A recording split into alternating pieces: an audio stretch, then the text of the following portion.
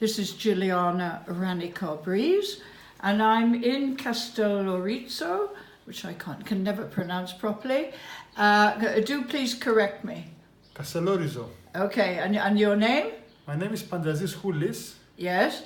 Okay. Welcome to Kastellorizo Island. Yes, which is beautiful.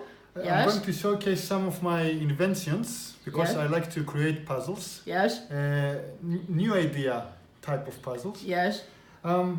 Let's start Okay, with this and one. I in fact used to be involved in puzzles, but vintage puzzles, antique puzzles. So it's rather strange that we know the same people, although I'm no longer in the business. Okay, go ahead please So and demonstrate. Give me the name of the puzzle. This one call is one for all and all for one because it just had the 4 pieces, cubes, which they have to go inside here in such a way where you can lift it Where up they fit. and it don't fall down. Right. And this had to do with civil engineering. Ooh. It was voted one of the best at the International Puzzle Party competition, this one. So it's one of my best puzzles. And it was done with the help of some Russian professor with some research in civil engineering at the University of Western Australia, this particular puzzle. Yes. It's Wow. a beautiful puzzle, made of different types of wood, as you can see.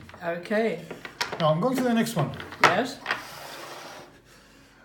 This is a particular one. And the name of it?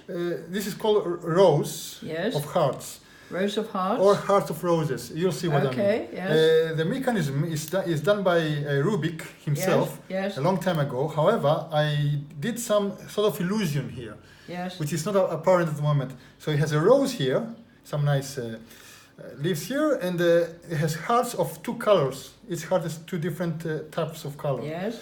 So what we can do is we can make a bigger rose, but that's not the point.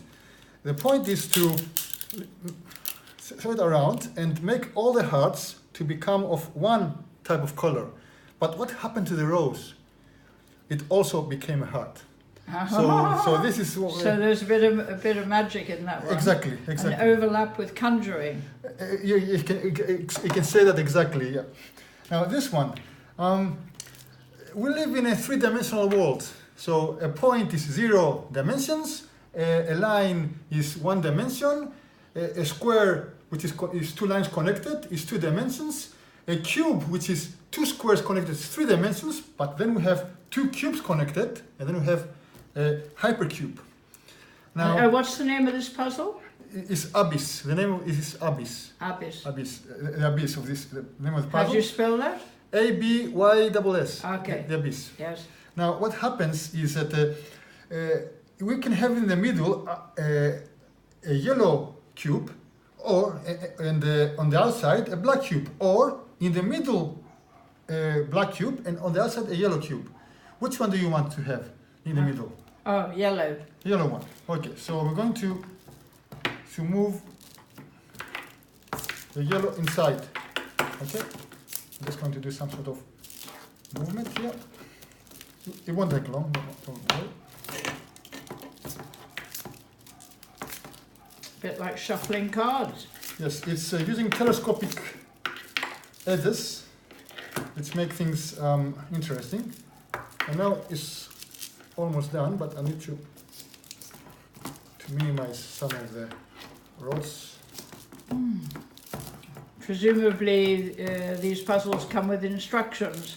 Well, none of them at the moment are available commercially, but They will be. I hope in the future. So these are prototypes. Yes, this is a very good prototype, and you can see the yellow cube now. It's in the middle. Oh yes. A hypercube. This is what is a hypercube. A cube inside a cube.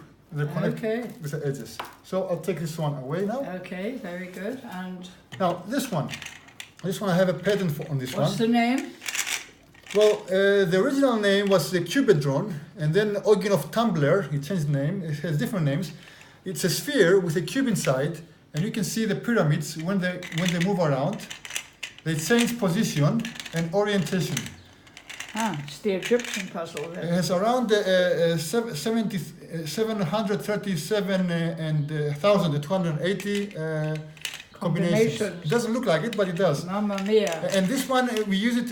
It has the minus sign. Is to teach. I'm not going to explain it now to children how to subtract, which is a so it's an educational. But it can be a puzzle. Like Yes. I can tell you, find me a specific sum here. Yes. It can become a very hard puzzle and so on. But Yes. this is an example.